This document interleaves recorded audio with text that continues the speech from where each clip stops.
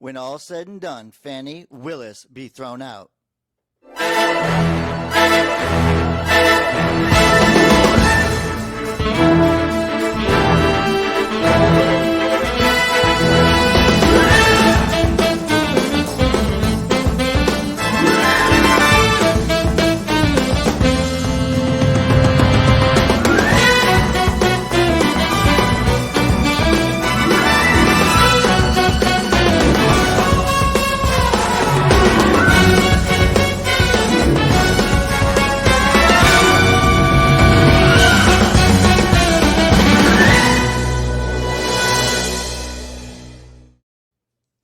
All right, the court hearings on the allegation of improper affair involving Georgia prosecutor Fani Willis concludes. Key witness Terrence Bradley, a former law firm partner, admitted to sexual assault accusations affecting his credibility, his changing story. Willis's father confirmed her practice of keeping cash and stated that he learned about her relationship with Nathan Wade recently. Text messages will say differently. The defense aims to prove Willis had a conflict of interest while conflicting testimonies on the timeline of Willis and Wade's relationship complicate the case. Willis's confrontational testimony adds drama to the proceedings. Let's go. What say you, Joel? Oh, this is fun. Like, you take the bluest county in all of Georgia. Fulton County. You go straight after, the president, the president of the United States, former President Donald Trump, and you say you have a solid case, and you can believe you have a solid case. Listen, he's on tape saying, hey, find me so many votes. You have all this stuff that you could, basically say, hey, this is going to be a solid case, and then you start looking at the people, and the people, if you're going to throw a bomb at somebody, if you're going to throw some real dirt at somebody, and you're going to make this thing, you've got to make sure that your house is in order. And I think that they should have, we talk about transparency. There was no transparency. There was a relationship that should have been revealed, disclosed. And then I think she does the worst thing at all. Because she didn't like the testimony, she didn't like how it wasn't strong enough for her, she comes out and she yells. She takes and basically says, I'm not on trial here, he is. Well, guess what? You just put yourself on trial because you just basically, made yourself look like shit. Because if you didn't, if you had the confidence in your litigation, you wouldn't needed to do that. This story has been percolating in the media for some time now. We're just now having our piece, and I'm glad that we've delayed our reaction to all this so that more of the facts come out. And as the facts are coming out, it doesn't look good for Fulton County DA Willis. Her behavior, and I've had an argument with my political mom, a heated conversation about the DA's behavior on the stand in the courtroom, and we had two opposite perspectives. My mom was like, hey, you tell him, Fani. I was like, wow, Mom, I've testified. I've lived a good part of my adult life in and out of the court system in Illinois because of the work I was doing. Had good and not so good relationships with prosecutors, defense attorneys, judges.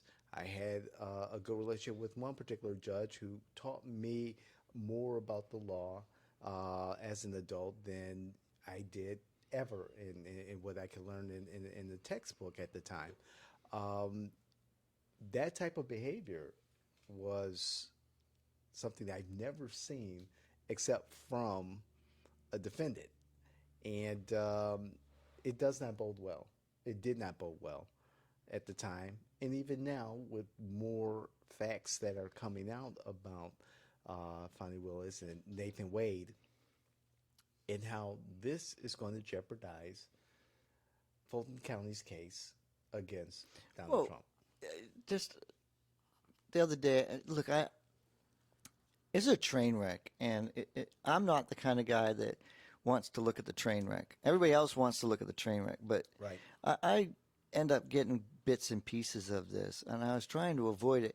And all of a sudden, I see this testimony from a guy. Either he's trying to impress somebody with his text messages, because when he gets on the stand, well, I was speculating. You don't speculate in a text message. If you say that was the wrong court, they met at this court, and then they put the wrong court, and you correct them, that's not speculation. That's knowledge. That's knowledge. Okay, Yes. you're trying to do everything to not, lie, not to lie on the stand, but okay, all of a sudden your memory. Listen, I'm 56 years old. And I don't forget that much shit, especially when I've texted. I mean, come on. Look, this is a train wreck. The judge is gonna have to. The judge is gonna have to, throw her off.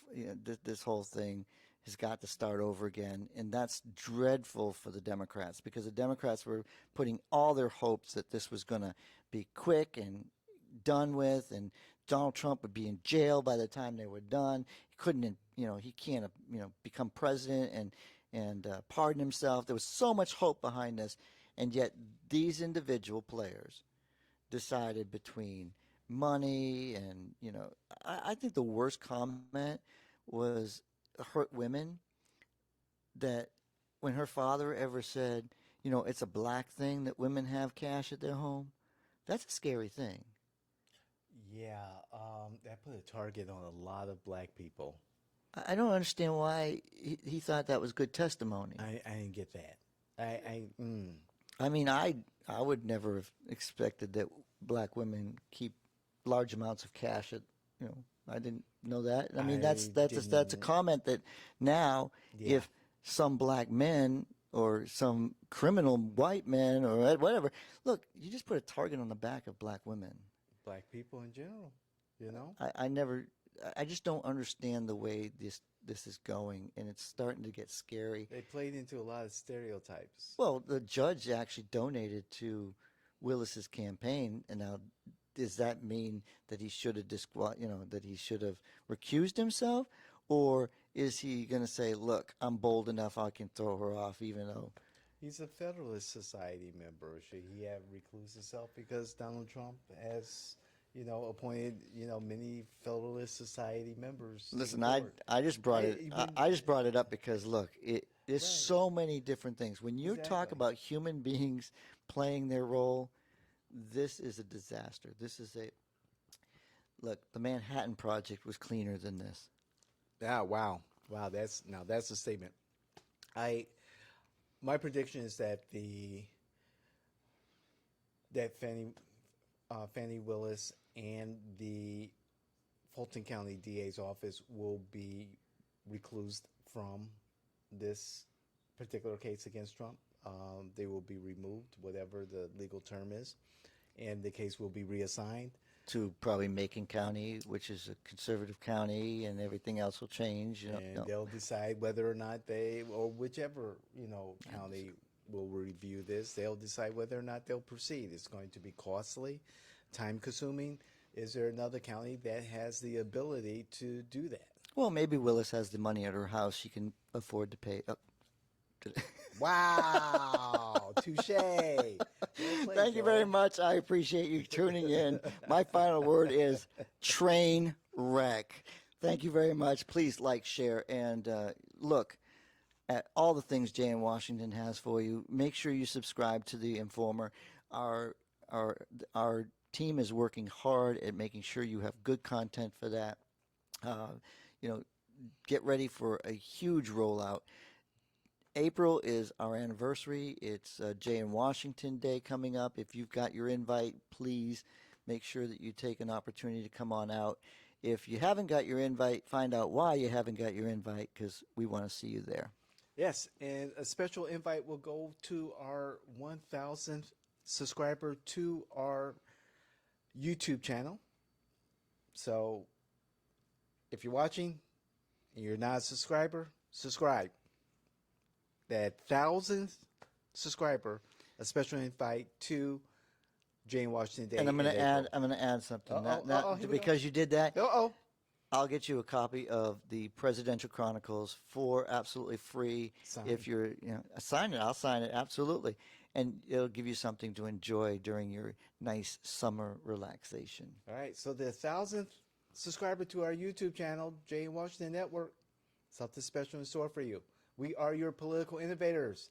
Thank you, Aaron. Thank you, Zach. Thank you, Danielle. Thank you, Angelina. Thank you, Kellen. Thank you, everyone, for being a part of the Jay and Washington family. We're out.